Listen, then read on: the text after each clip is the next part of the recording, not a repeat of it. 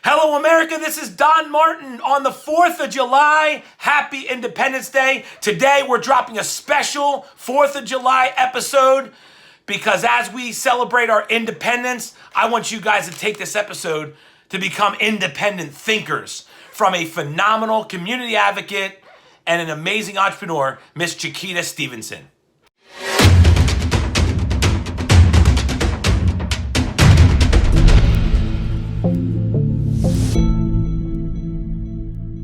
Hey, welcome everybody to another episode of Uncut Insights of a Modern Day Entrepreneur on the Grind Life podcast channel. This is Don Martin, and I am excited about today's interview because we have someone that is an incredible human being.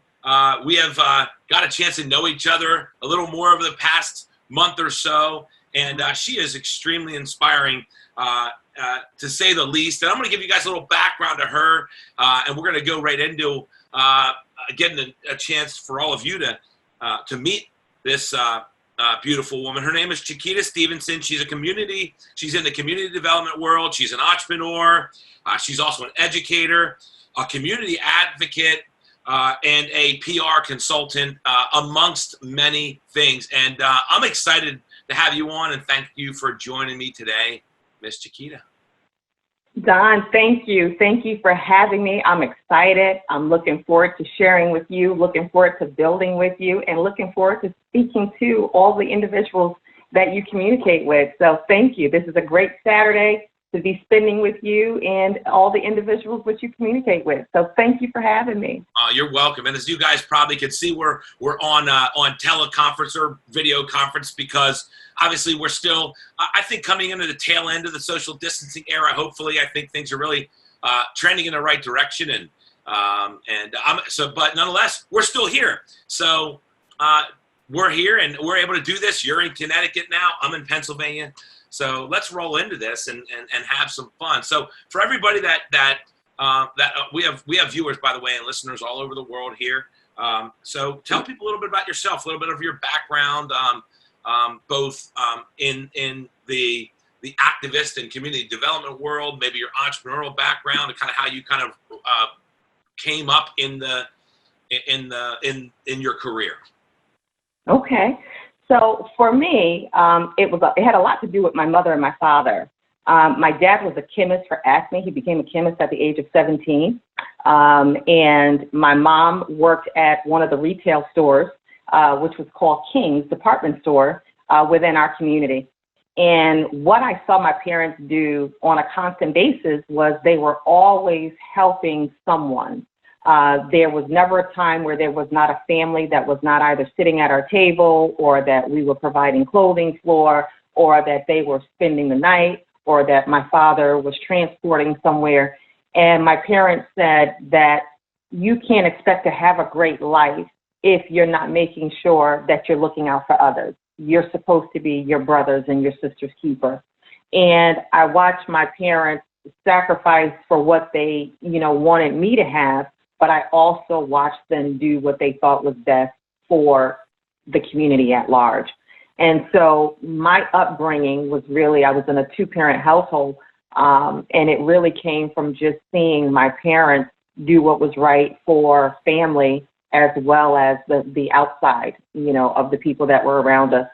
They always said that would make a difference. And so that led me into the fact that I knew that not only did I have to learn what I was learning from them, but education was a priority within our household. And so my parents didn't believe that it was the responsibility of the school system to teach me. They felt that they were my first educator. Right. And so all the different principles about life, what to do, what not to do, we laugh today. It wasn't funny then. But my dad had this thing where I could not use the word can't. That could not be in my vocabulary. And if it did slip out, it was a pluck. You would get that pluck right there on the knuckles. You had to ball your knuckles and you got that pluck. So anytime you even thought to say that word, you are automatically felt that, that pluck that was there. So you just stayed away from it. And that really... I do the same thing with my son. I mean, I made him do 20 push-ups yesterday because of it, just yesterday. Just at dinner time, Yeah. right after. Boom, done. Yep, we're same way. I love that. Yeah.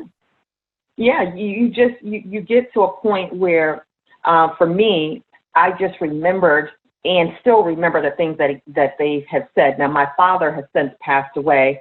My mom is still with me, thank God, and I was blessed with my stepfather, who I don't identify as a stepfather. I consider him to be a father. I just happen to be a Black woman who's been blessed with two incredible Black men in my life to help raise, mold, and shape me, right?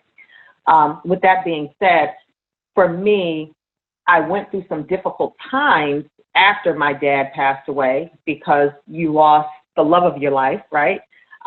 You're gaining access to a new love that you don't know is going to be a love of your life. And although you're loving the newness of the individual that your mother has brought in, you still can't relate to. So I had that battle with being loyal to my birth father and now being, also loyal to this newness of this man that was brought in my life, who came for a good reason, but at that time I couldn't see it.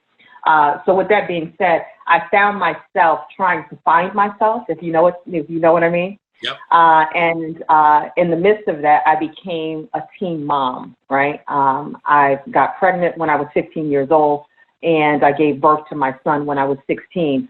But during that journey, right, of me being pregnant, I faced not just the obstacle of being an eyesore to some individuals, my mom, and, disappointment in different areas, but also to the school system in which I was in. I was always a straight A student. Education was always a priority. As I said, that was the foundation that my parents, had built. But in the midst of that, I found that individuals felt that it would be better for me to learn home economics than it would to be how to facilitate your checkbook, how to put together plans, and how to understand how the government works, right? Right. And so I had to fight my way through that, and through the course of that, with the educational process, I was around a lot of attorneys, which taught me how to do the research, which taught me how to write briefs, which taught me, just how to take a look at information and really process it from a factual standpoint. And that right there said to me, it was going to be very hard for me to work for someone else because I knew right then and there that I had a gift to really do something incredible, but I just didn't know what it was, right? I didn't know what it was. So Don, literally, I learned everything. I worked for criminal attorneys. I worked for personal injury attorneys. I worked for real estate attorneys. I worked for those that did trust.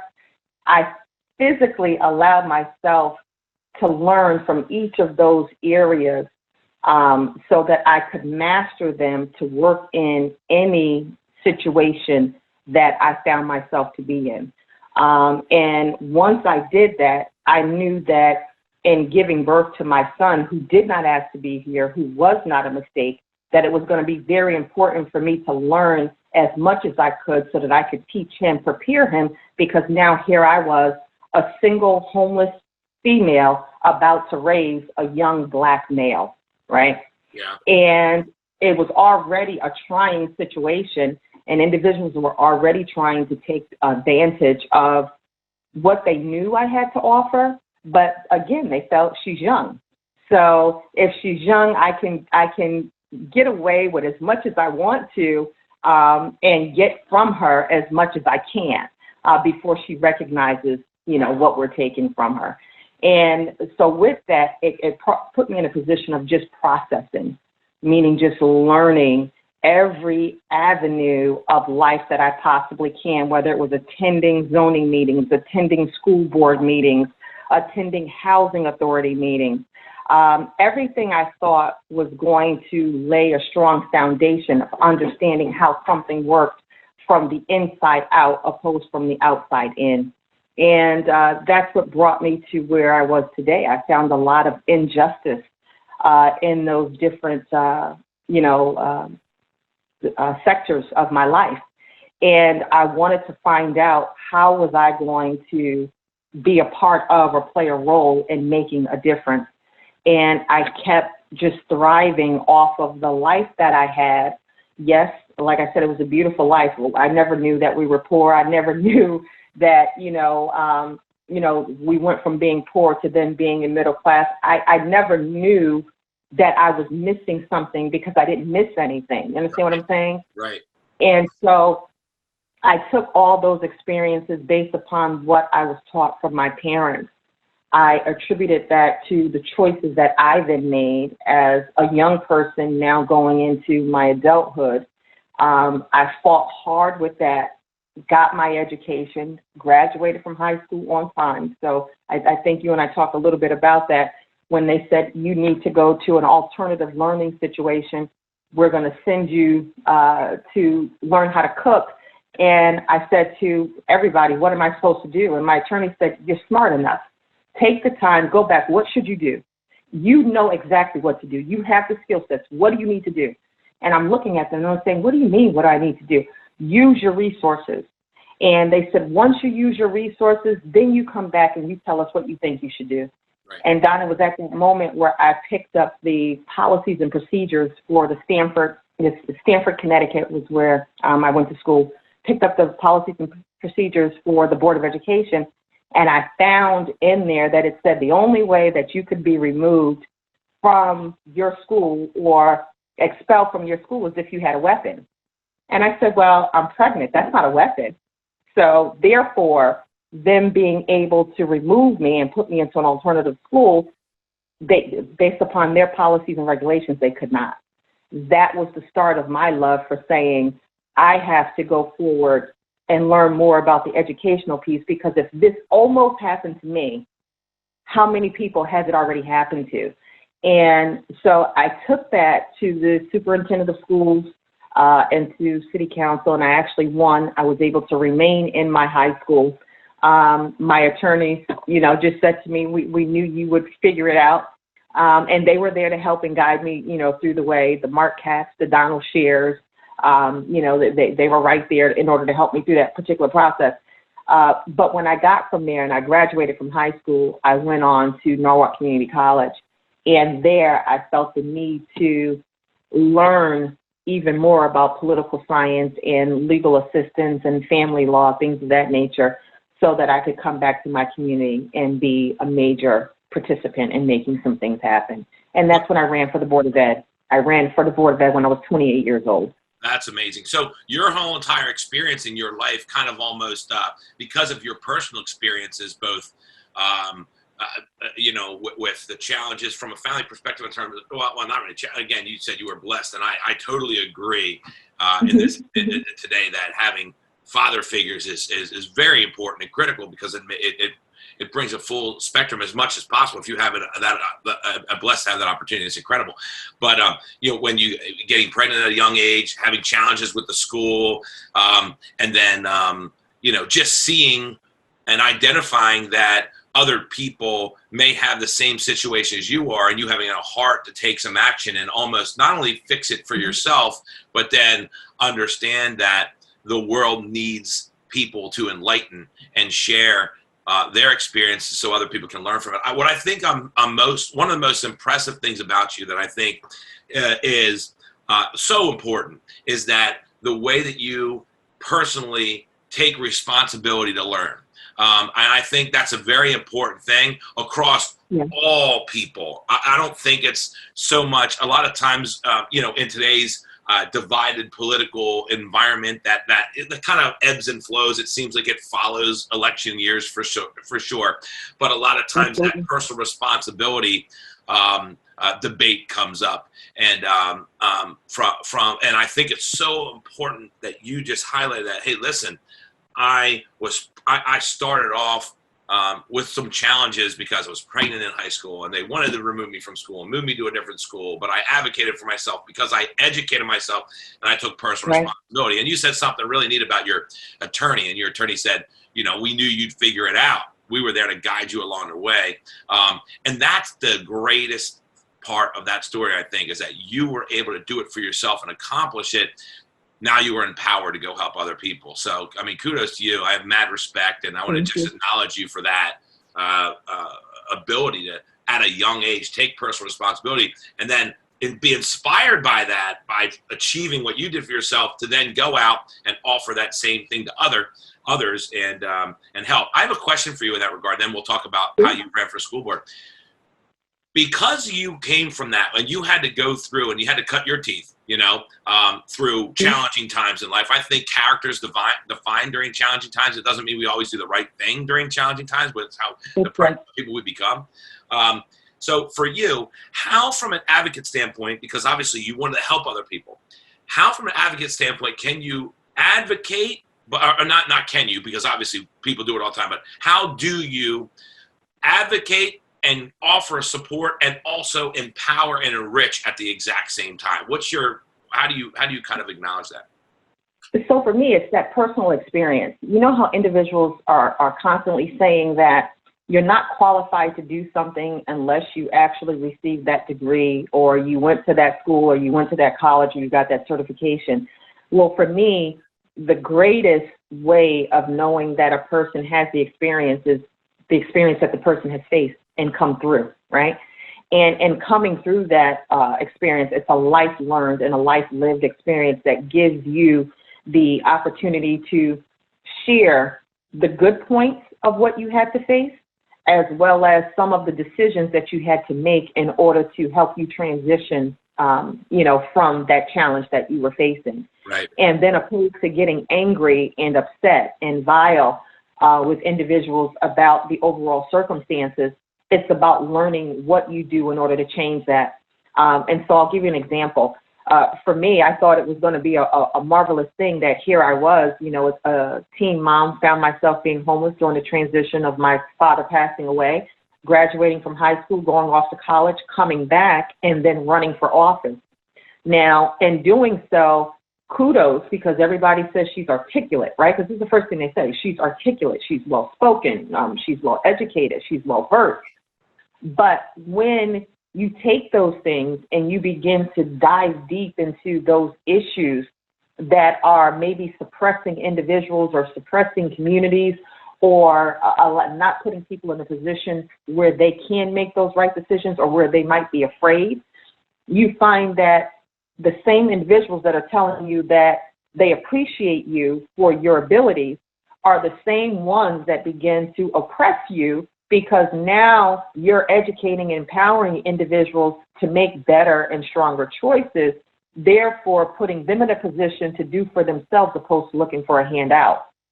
And what I found is that there were many individuals that said that they wanted to see change and they wanted to see people change, but when people started to change, individuals saw that as a fear, or they feared that as a threat, or they feared that as, this is going to compromise how I make my money. I used to tell people there are two types of people on welfare, right? There are the individuals that receive welfare, and then there's the individuals that work in the office that help to disperse the welfare. Now, the only difference between those two people is that one is receiving and one is dispersing, but they're both receiving the funds from the government. They're both being paid from the government, right? And so for me, I had to take the celebration of who I was, as well as now me becoming the threat to those who said they wanted to see change, but clearly did not, and not allow them to suppress me from speaking on behalf of others, but find a way to make sure that the conversation in which we were having was universal. So this is interesting to me. So you're starting. You're in a process now. You run for office, and you start having influence. You start helping people.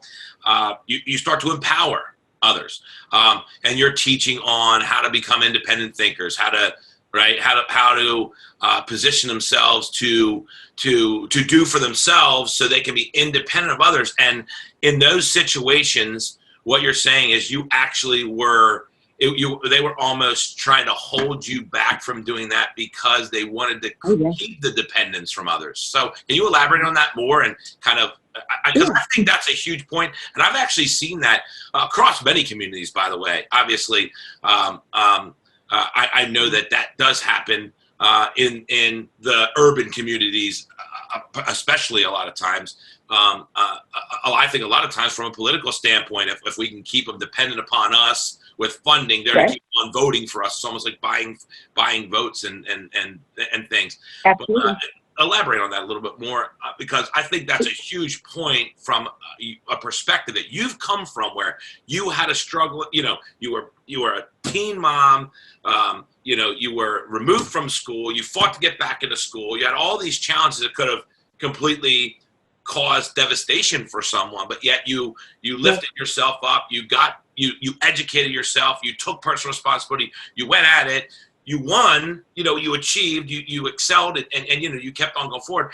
And then you started helping other people do the same thing, and it almost became a threat. That's very interesting to me. And can you give maybe some examples, or maybe elaborate a little more on that? Oh, absolutely. So during my time frame, I spoke about being on the school board, but prior to being on the school board, I participated on the PT Council. I became the president of the PT Council for the city of Stanford. But then when I ran for PT Council, for the PTO president of my children's school, I was told that I could not be the president. In order for me to be the president, I had to have a co-president with me.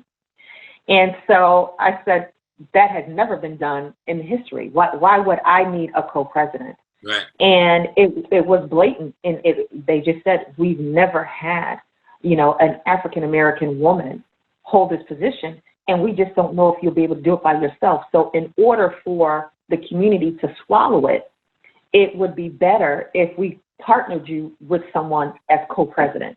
Wow. And so that was a way for them to think that I was going to say, okay, I'm going to walk away. Was I in agreement with it? No, I wasn't in agreement with it. But there was a bigger picture. And I knew that there was a bigger picture during that time frame. Therefore, I went ahead and I facilitated with the co-presidency of me being co-president of Hart Magnet School. With that being said, I did a phenomenal job, which I knew I would, right? But it also uncovered and exposed the racial differences that were transpiring right in the community and within the schools in which we were, had our children attending. Yeah. Now, mind you, I know I'm jumping ahead a little bit, but I purchased my first home when I was 21 years old. And that had a lot to do, again, with the dynamics of what my parents and what my family had taught me prior to, right? And so it was hard for people to take a look at the fact that you're an educator, you're young. I was married at 21, right? Had my first child at 16, had my second child at 18. I was married at 21 years old, homeowner, and active in my community on all levels.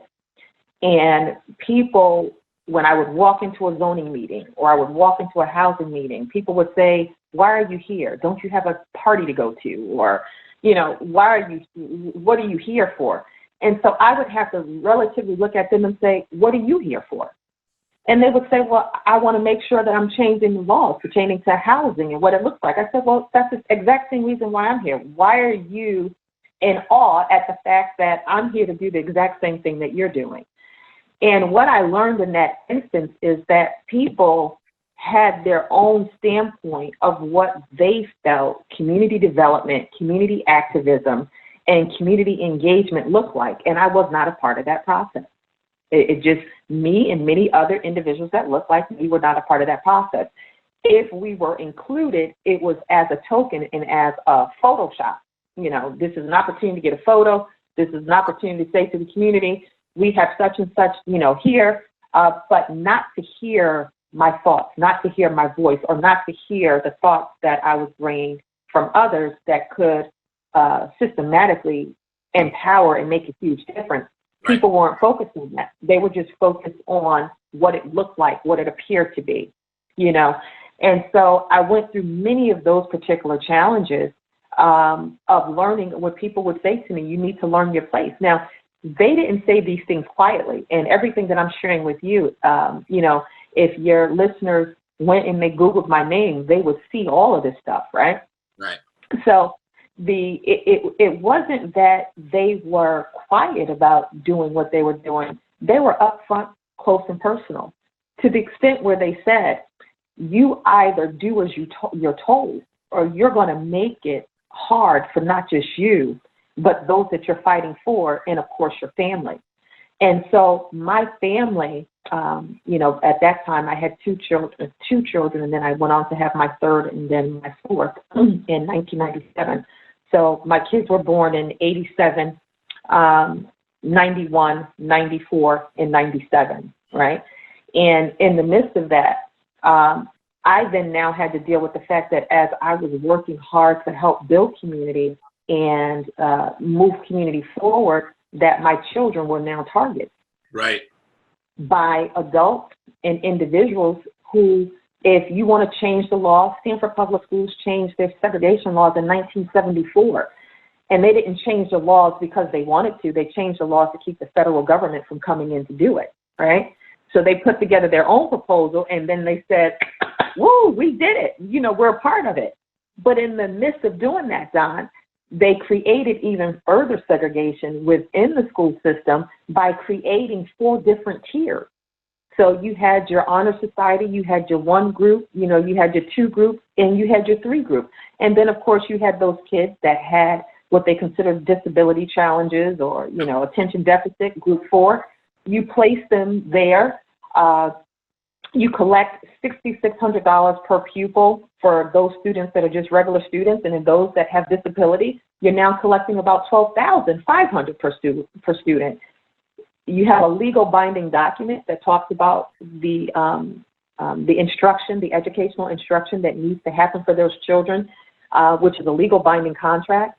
But yet you don't provide those services, but you collect that money. Right. And so I begin to properly educate parents about, having an evaluation done for their children, knowing what to look for, knowing that they did not have to be that parent sitting on one side of the table with a firing squad of, 8 to 9 educators on the opposite side and then feeling alone, more so being badgered opposed to being nurtured and guided on how they can play that role in, providing quality education for their children. And you would have thought that would have put people in a position to say, this is great, because now we're empowering families to know exactly what to do for their children when they were in school. And what we had were people that were outraged that parents were now equipped with the legal understanding of what they needed to do for their children, therefore not just holding themselves accountable, but holding the district accountable. And people, they were upset about that. Yeah. And so with that being said, just to give you, and your listeners a point of that, I went through, my children being, attacked by police. I went through my children, my oldest son being attacked on a day-to-day basis. My youngest son was told to have put poison in a teacher's coffee. My oldest daughter was said to have started a riot at West Hill High School, and that she had skipped over 50 days in school, only to find out she was never registered in that school. When they got to high school, we transitioned them to private school. But these were the measures that some adults had taken. If they could not shut you up, your children became the target. And so if you don't mind, and I think the most incredible thing about that is this, only because you spoke up about what you saw was right and wrong. And I think the most incredible part about that story, and we had spoken about this before, and when you told me, it's amazing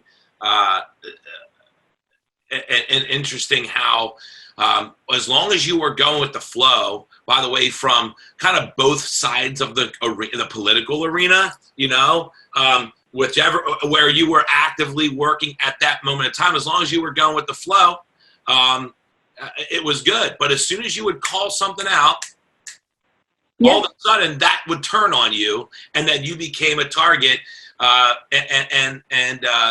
You had mentioned that, and that's just incredible. And I have to give you proper kudos and acknowledgement, because most people would cower at that point in time. Most there say, you know what, I'll be oppressed. And by the way, that happens to everybody.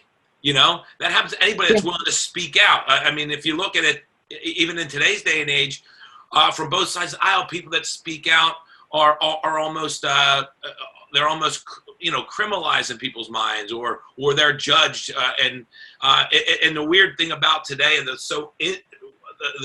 uncomfortable thing about today, is it's almost got to the point where, hey, if you speak out, you're going to be judged. But then also now you have certain parameters where if you don't speak out, you're automatically assumed to be something.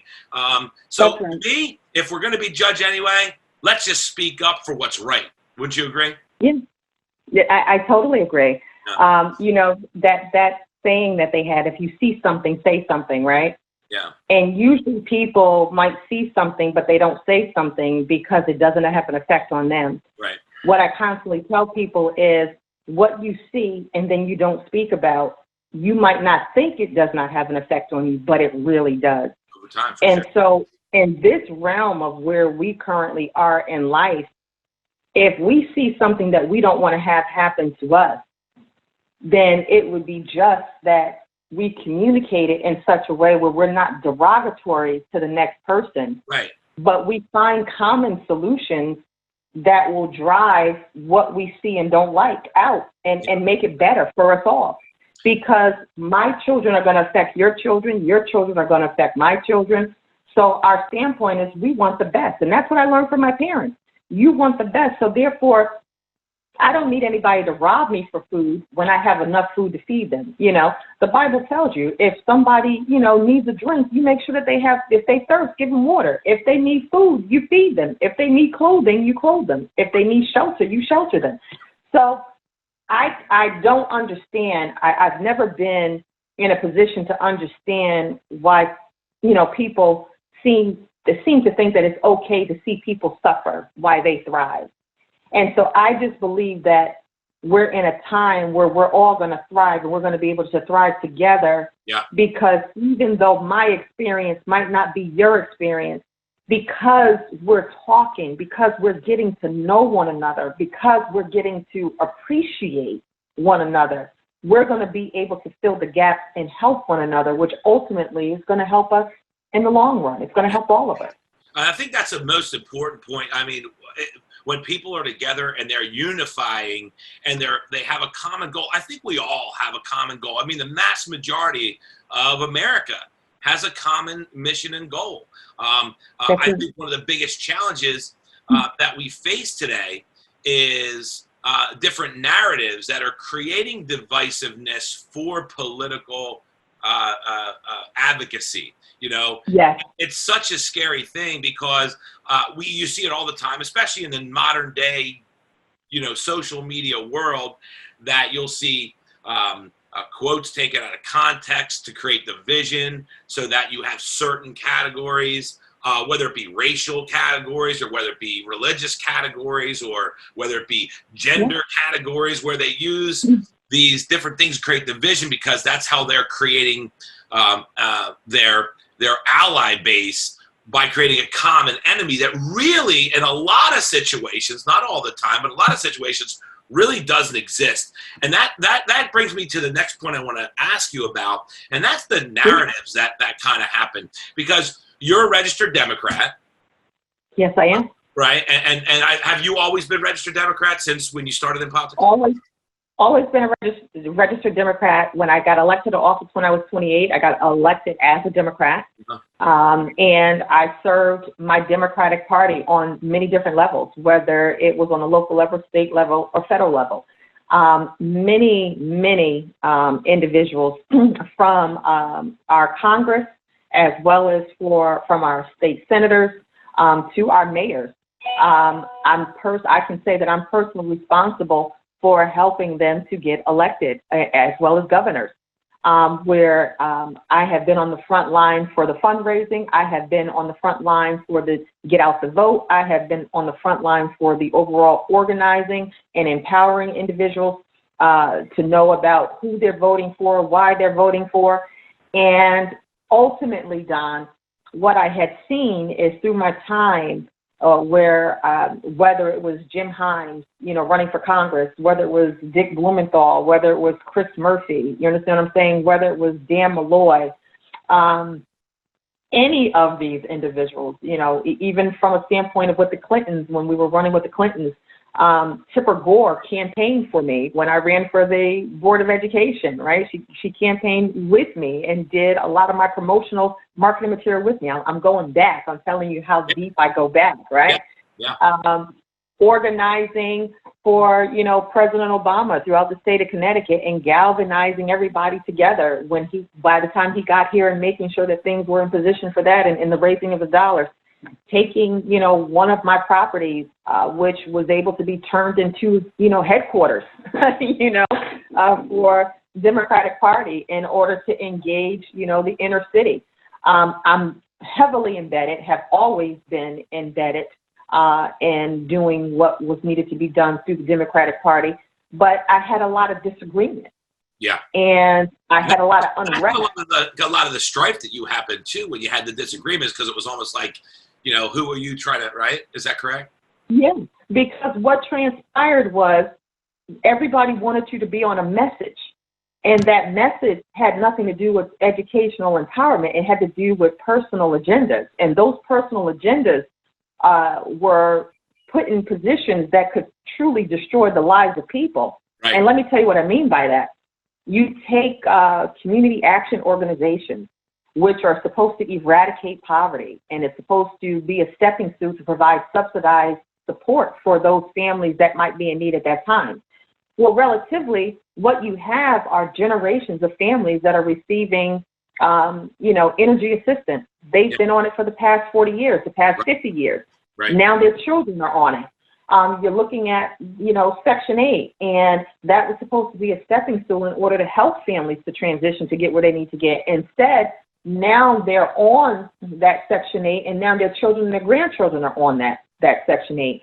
You have individuals that are in elected positions that are more focused on speaking to the lobbyists who bring the corporate capital to them to fund them, and some of them give a whole new jump start to their careers, never thinking twice about what's happening to you or me as a taxpayer and what needs to happen. And so for me, when I look at that, understand, I'm not saying that Section 8 is a bad situation, but it's a bad situation based upon how it was constructed, because you have individuals that go in there for a temporary situation. And guess what, Don? They go in so that they can raise their families in hopes of trying to buy something or purchase something to move on, but they can't. And you know why they can't? Because if they get a raise from their job of $1, a nickel, a penny, their rent automatically goes up. Yep. So now they're paying the market price. They may be paying $2,000, $3,000 to live in affordable housing where they could pay less than that on a mortgage. Yeah. But nobody's looking at how that's affecting that family. Now that mother or that father or that grandmother is not just working one job to survive. He or she is now working 2 or 3 jobs, or has to get something under the table to hide, because everything that they make is going into a system who's telling them, we're going to subsidize you, but we're also going to tax you even more, which brings a greater divide into the family. That's right. So, and this, that's from the same, or that's from the same organization, or the same supporters of that organization that are, I know this is a controversial perspective, but I've had it for a long time in all walks of life, that if you, in those situations where there's some kind of government help and assistance, if they actually excel and increase income or grow, they're actually penalized for it, which causes them to almost be a prisoner of that system. Simultaneously, when they're in that system, they don't want it to go away because their very life depends on it. So then from a political standpoint, they catch themselves, kind of voting in the direction of those who say, hey, this is what we're for, we want to keep this. And that's almost misconstrued, where people like yourself or me, where we say, hey, we want to empower you so you can think for yourself, create for yourself, create success for yourself, so that you can have unlimited resources versus limiting your resources to be stuck here. But sometimes they think of it like, you want to take something away from me. No, we want to give you something greater, is the way I come from. And obviously, from your political standpoint, you didn't agree with that, and it kind of created some division within your your party with you. Yeah, it did. Because for the most part, I would have people come to me all the time. I created what was called the Teen Den, Stone Age Inc. And we had over 5,000 families that were a part of this organization. And we were in downtown Stanford, directly across from the Rich Forum. Therefore, not putting ourselves in a competitive situation where you would have individuals that's like, I can't go to the West Side because I'm a part of this gang or I'm a part of this affiliate. We were in downtown Stanford, which meant we were bringing children and families from across the city into one space where they were able to get workforce development, they were able to get housing training, able to get their credit repair, able to reposition themselves for the jobs, because we work with the corporations to provide training to train families specifically for those jobs, right? But what we found in that, we no longer just had Connecticut. It was the most phenomenal thing you could see. We had families coming from New York, right? Because they worked in Connecticut, and then they would they lived in Connecticut, but they would drive to New York, or vice versa, lived in New York and drive into Connecticut. And so when they were here or they were doing something for work, they knew that they had a place that was productive for their children to participate. So we had children from Connecticut and New York within this entity. Yeah. Now, what we found, we were servicing 5,000, just listen to this, 5,000 families. And we had other community centers that were around us getting a lot of money, but all they were doing was allowing children to play. No education, no holistic approach to developing that family, making that family whole. But people were more impressed with just allowing those kids to play and not making family whole and investing there than they were in seeing families get a new career, either go back to school, children getting the tutoring that they needed to get, children being prepared for SATs, children going on college tours and being selected and entering college. That to them was a problem. Yeah. And I said, for the love of God, just like the community action and the money that goes there, a lot of the money that goes into community action, the people that are hired to work in community action, are jobs that people receive as a payback for helping on a campaign. Has nothing to do with the change of the community, yet it's taxpayers' money, right? Right. And so people systematically look at it as though for that person, meaning that person within that community, you owe me. Right. I'm making sure that you get the subsidy, or you need to do this, for your volunteer time, work on this particular campaign because you're getting this. And so it makes people believe that if I don't vote this way, I'm not going to get the financial assistance or the subsidy that I used to get, or I may very well lose access to my apartment because these individuals have so much control. And when I bring my complaints to say, I'm working, why can't I have a flat rent of $700 so that I can save this money to move out and so that another family can come on in? They are penalized for speaking up and speaking out. Yes, that's right. And what I say to people, Don, and what I was saying to the Democratic Party, why aren't we focused on the policies and the regulations and the procedures that are going to be in a position to help change the dynamics of what families are seeing for the better? Because this is common sense. All we have to do is look at it. It's common sense. You're not eradicating poverty. You're creating generations of poverty, and it's almost as though you're okay with that. You show up during election time, and that's okay. Yeah.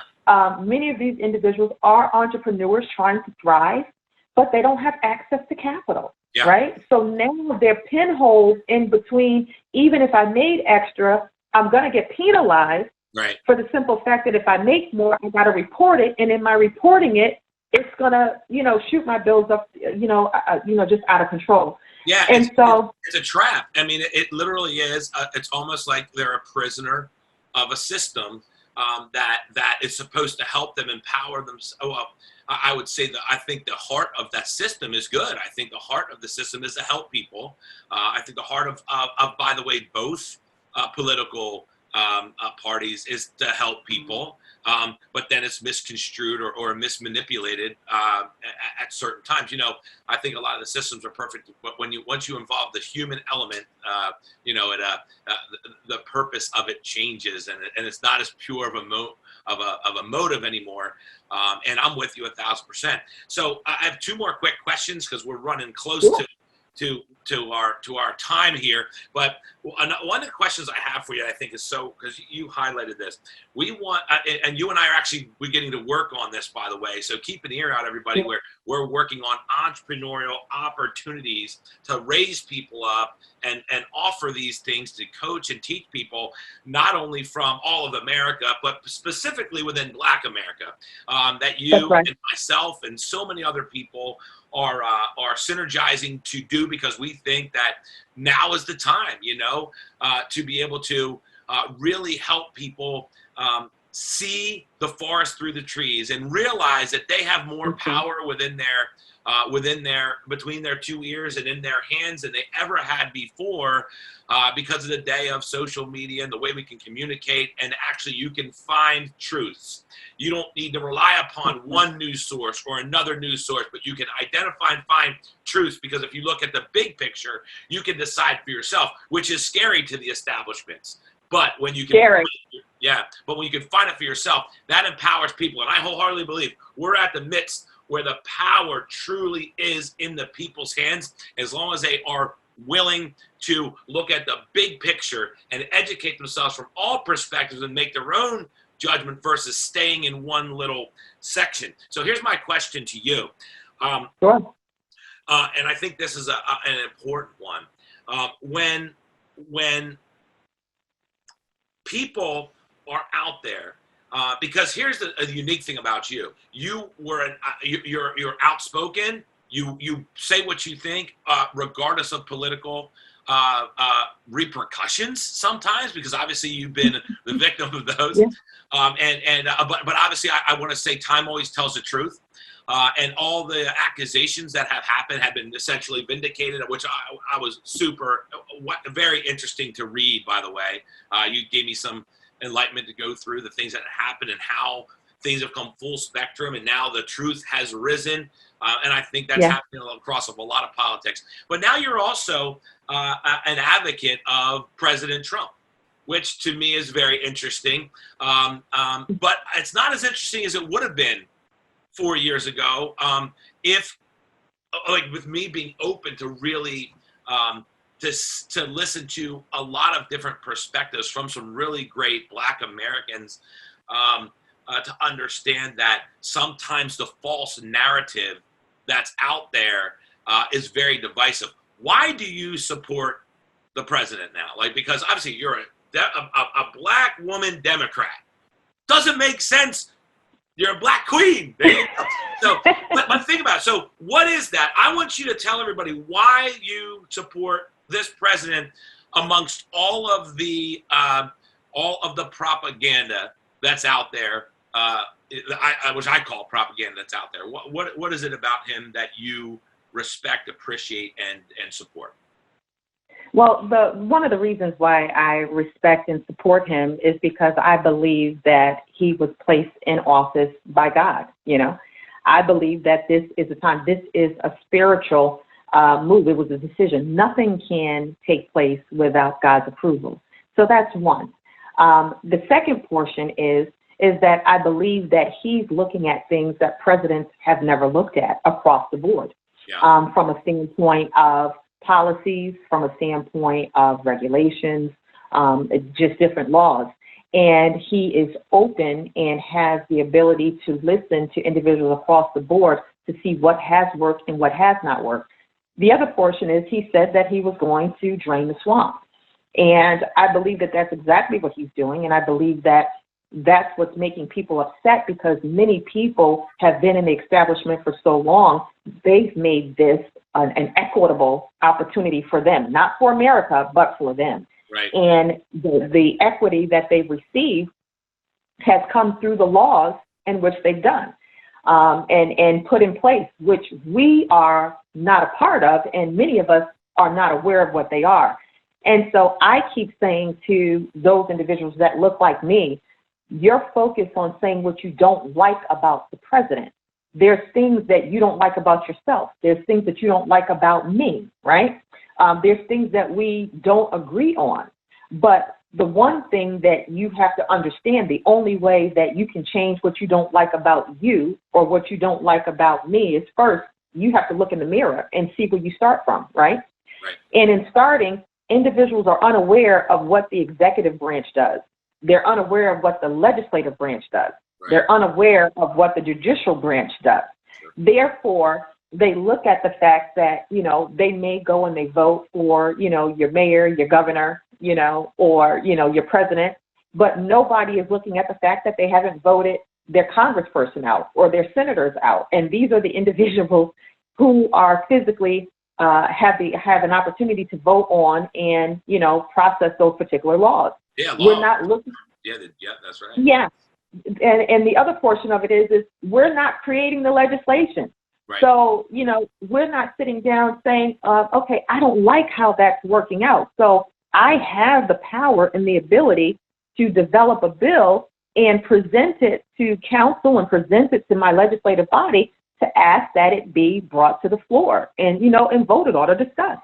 Yeah. We don't recognize that we have that power. So our elected officials in those positions, Don, have gone, they basically said, well, they got their head in the sand. By the time we do what we do, they're not going to know about it, yep. right? Yep. And so people drum up all of what is called to be the fake news, or they don't like how he handles it. Well, I don't talk the way that you talk. You don't talk the way that I talk. So you might not like what I'm saying, but you need to look at what is being done.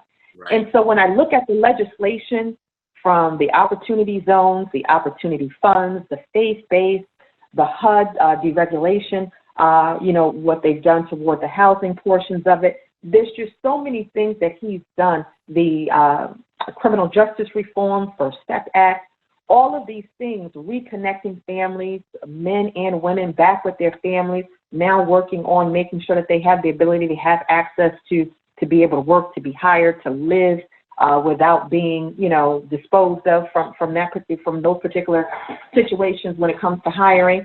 But he's looking at it across the board, and he's saying these are the things that need to get done. Now, I want to give you another twist, and my fellow brothers and sisters might not appreciate it, but that's one of the things we need to start doing. We need to be able to appreciate, to hear one another, even if what we're saying seems to be different. Doesn't mean that I don't love you. It just means that I come from a different perspective. You're an advocate. You're an advocate in urban America, Black society, Black community, all communities. And sometimes to empower a community, to empower a society, you need to identify where we can do better, right? Yeah, and that's what I'm tell people, get off of the rhetoric. Don't tell me you didn't like how he said something in a statement. Look at the legislation. Look at what's being done. Look at the overall action. They crucified him for holding up a Bible, standing in front of the church and holding up a Bible. If he would have read a scripture from that Bible, they still would have crucified him. They would have found something to crucify him because it's a distraction from everything else, right? Yeah. Now, this is what I say to people as well. Right now, George has lost his life.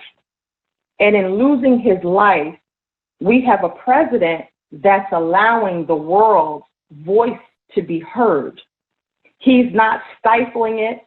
He's not sugarcoating it. He's not putting people in a position where he's making a statement talking about unification, but we all know that we're going to be unified for that 30 days or that 60 days, and it's going to go right back to the same thing. More Black men being killed, more Black families being killed. What he's doing, and this is my perspective, right? To me, what he's doing is he's putting America, everybody in America, they have to face reality. Right. And in order to face reality, it's not about tolerating what somebody's doing, but it's looking at what has happened, accept it, own it, and now turn around and do something different to make it better. Yeah. Many of our other presidents have gotten, done a press conference, said some powerful, inspirational words. Yeah. What has it done? Absolutely nothing. No legislation, no new changes to laws, no nothing. What I believe my President Trump, is doing at this point in period of time is he's allowing everybody to allow their emotions to flow without stifling them, right? He's allowing the conversations to be had amongst everyone. And now everyone is in a position where they have to face their inner darkness, their inner truth, and now come forth with real solutions that are not going to stigmatize from a systematic process that has been in place so long, but it's going to allow people to say, I'm sorry, I apologize, this was wrong, this is what we need to do in order to be a help to one another, right? It. Yeah. That's what makes America great again. You know, we went back to the Black Wall Street, and you look at how Black communities, we spend $1.3 trillion. Latinos spend $1.7 trillion. That's never going to show on NASDAQ. That's never going to show anywhere else. The issue with all of that is we're cash rich and asset poor. And so individuals don't think that there's a reason to invest in those populations because they're not looking at the bigger picture. When literally the gaps in which they see, based upon what we make up as entrepreneurs doing business, we make up a great portion of that, right? Yeah. When you look at what we're doing, it becomes a time frame where you now have to say, you have to acknowledge that here's a group of individuals that are incredible dynamic. They're Americans, and now we have to make sure that the opportunity is there so that we can do what we do on an even greater level. But now we have a greater playing field. But I want to say this too, Don. We also have Black leaders who have capitalized off of the lives of Blacks, not giving them a viable opportunity to thrive because they always say that they're the voice, but they're only the voice to fulfill what's needed in their pockets and not what's needed to change the dynamics of what's happening in our community. So what we're seeing right now are individuals who have said enough is enough. We're not going to let this go 30 days or 60 days and then it's going to die out. We're going to have real reform. And so we've really put together through what I'm doing with some major municipalities is we're wanting to have that conversation. We're wanting to make sure that policy and bills are being written by the people for the people, right, which is what you and I are working on. It's all about, it's people driven. That's right. People power is everything. Yep. It's everything. Yeah. I love that. And that's such an incredible thing. So giving people that chance to work for them, to learn and empower themselves and think for themselves and not let their mind be manipulated because of the intentions of others. And I think that's a really important thing. And that's why I strongly encourage all the listeners to learn all perspectives, be open-minded, have proper conversations. But here's the one thing I always say, time does always tell the truth. And I will say that as we see and look back at these situations, we're going to see some opportunities that have arose out of these challenging times for all of America. But that's right. For sure, Black America. I mean, because now it's like, hey, it's your time to thrive. But I think it's about a unifying process. It's about coming together and becoming a voice that just unifies more than ever all of the country and helping our communities create their own independent thinking, their own independent perspective, their own independence of being able to support their own lifestyle so that they are not swayed towards one way of thinking or another because they're afraid that something's going to be taken from them. And you are such a huge piece to that in the world. And I really appreciate you sharing why you take the positions you are. And obviously it's apparent why at times it can be difficult for you because obviously no one wants to hear that someone, no matter what their political affiliation is supposed to be, that they're going to speak up against someone that they're supposed to be an ally of because it's right to speak up. Yeah, right now, and this is why I say to people, my life is an open book. I don't have anything to hide. They've gone after me politically. They've gone after my livelihood. They've gone after my children. My son, who has done 15 years in prison. I told you I have 4 children. He's 32, and my daughter will be 29 this coming August. My son will be 26 tomorrow, and my youngest daughter, which is 22. And I told you, my oldest daughter graduated from University of New Hampshire. My youngest son graduated from Virginia Union University last year, and my daughter graduated from Virginia Union University this year. My oldest son has college time and many certifications and has worked during his 15 years incarcerated, being able to tell the stories of those incarcerated, not just the inmate, but how it's affected them, their mothers, their family, their children down the line. Many of those individuals, because of my outspokenness, my son became that target. And it was just recent that we won that appeal, which I shared with you, where he's now sitting in prison with his document in his hand for release, and they still haven't released him. And the reason being is because you have the prosecutor, you have the state's attorney, and you have the police officers, which are all politically connected, that played a role in it, trying to figure out what do we do next, because they know it's going national. I mean, we're going to be making a huge announcement about it nationally. But when you talk about the life of, George and him losing his life with that knee taken to his neck, you talk about the countless others, the Trayvon Martins, who have lost their life, physically lost their life. There are men and women who are losing their lives behind bars because of actions that have been illegally taken from that.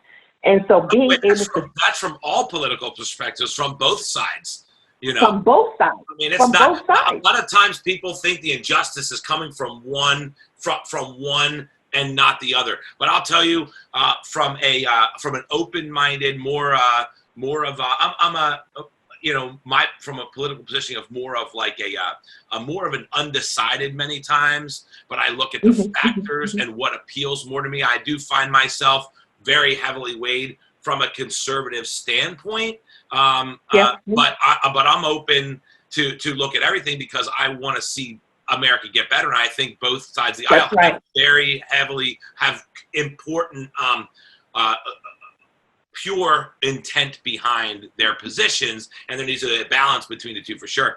But yeah, it's something that happens from both ways. It's not a single individual. If you cross the wrong thing, you can end up being targeted, as you said. But it's neat to see things coming around, the vindication and those situations. And I'm super excited for that story to come out so people can hear.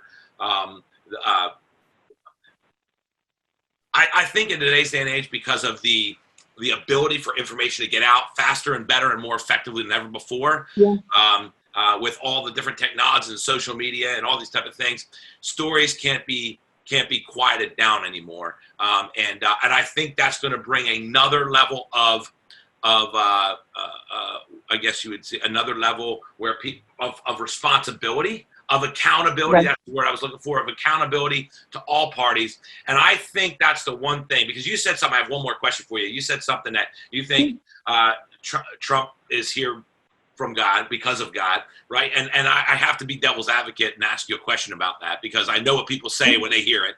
But I think it's because he isn't afraid to say what he thinks.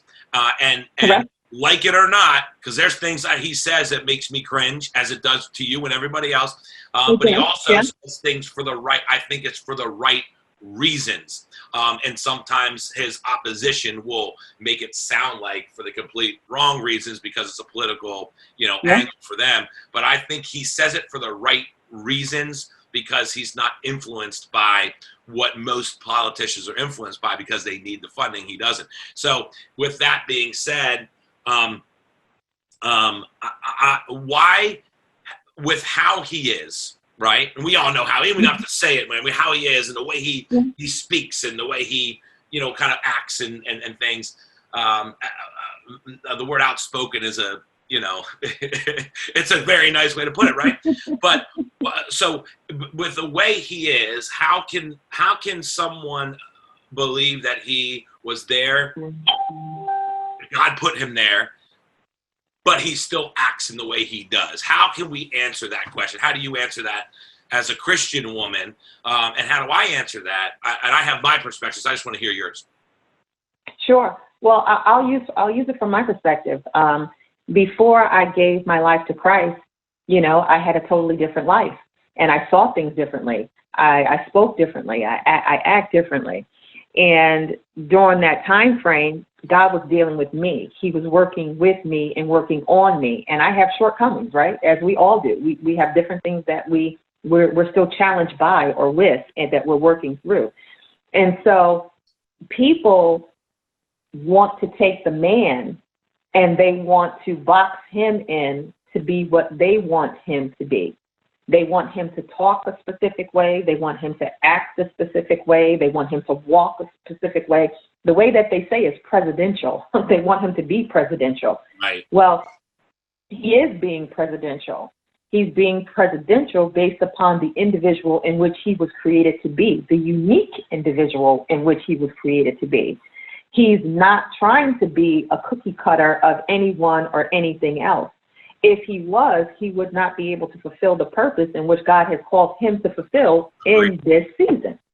And so for me, it's important for me to share with my brothers and sisters of all faiths, of all cultures, of all religions, to say, stop trying to define what a person should be or should not be. Right.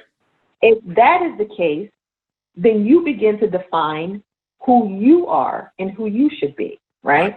And we fall short because we're always looking for the wrong in individuals, opposed to looking at how we can become a part of the process of enhancing. And so with the president, if you think about it, this man, before he got elected and after he got elected, they were basically calling him a reject, right? He doesn't belong. He doesn't belong. He doesn't belong. To me, that's a form of political bullying. Yeah, for sure. Where you take the platform that you have to bully or degrade or to defame an individual on the basis that he doesn't look or talk the way you want him to look or talk. Right. And so because I've been there where people have taken sound bites and taken knowing the truth, but they chose to twist it to fit their own narrative. Yep. This is what I tell people. I'm not telling you something that I don't know. I'm telling you something that I experienced. Right. Now, when they were out there providing the false information, Don, they were loud. They were rambunctious. They were just foul, right? Now, when my vindication came, stating that they lied, they were as quiet as a mouse. Right. And so I say to people, or until they find something new. Yeah. Until they find something to try to, I mean, think about it. Watch what happened to him. I mean, look what happened to him again. I'm not, the way he does things, I'm not a fan many times, but I am absolutely a supporter of the things he has done. In the way he does it, hey, listen, none of us are always, I always tell this. This is what I tell people when they ask that question. I say, listen, there was only one perfect human being on earth, and it wasn't you or me. And watch this. And that perfect human being, what did they try to do? What did they do? They took the highest people in government. They lied. They cheated, right? They plotted. Yep. They did everything to defame who he was, even by the midst of going to murder him.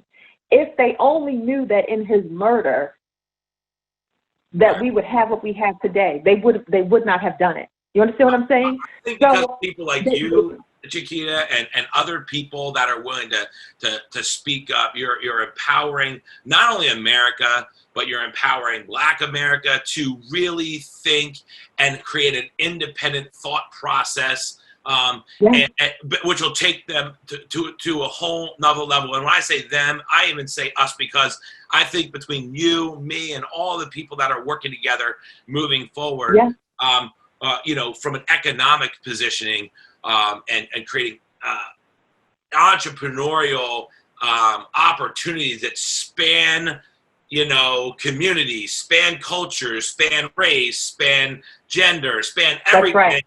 That's where we're at. And I am absolutely honored that you were on here and shared a lot of your perspectives. And I'm excited for everybody to hear this. So thank you for being on.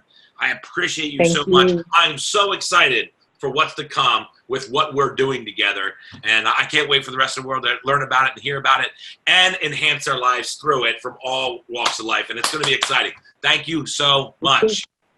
Thank you. And thank you for doing what you do. Thank you for your show. This is where people are able to get information without having it cut, without having it, just moved around, but you're giving it to them pure. You're giving it to them straight. And I just thank you, celebrate you, and salute you. And I love you for all that you do. Thank you.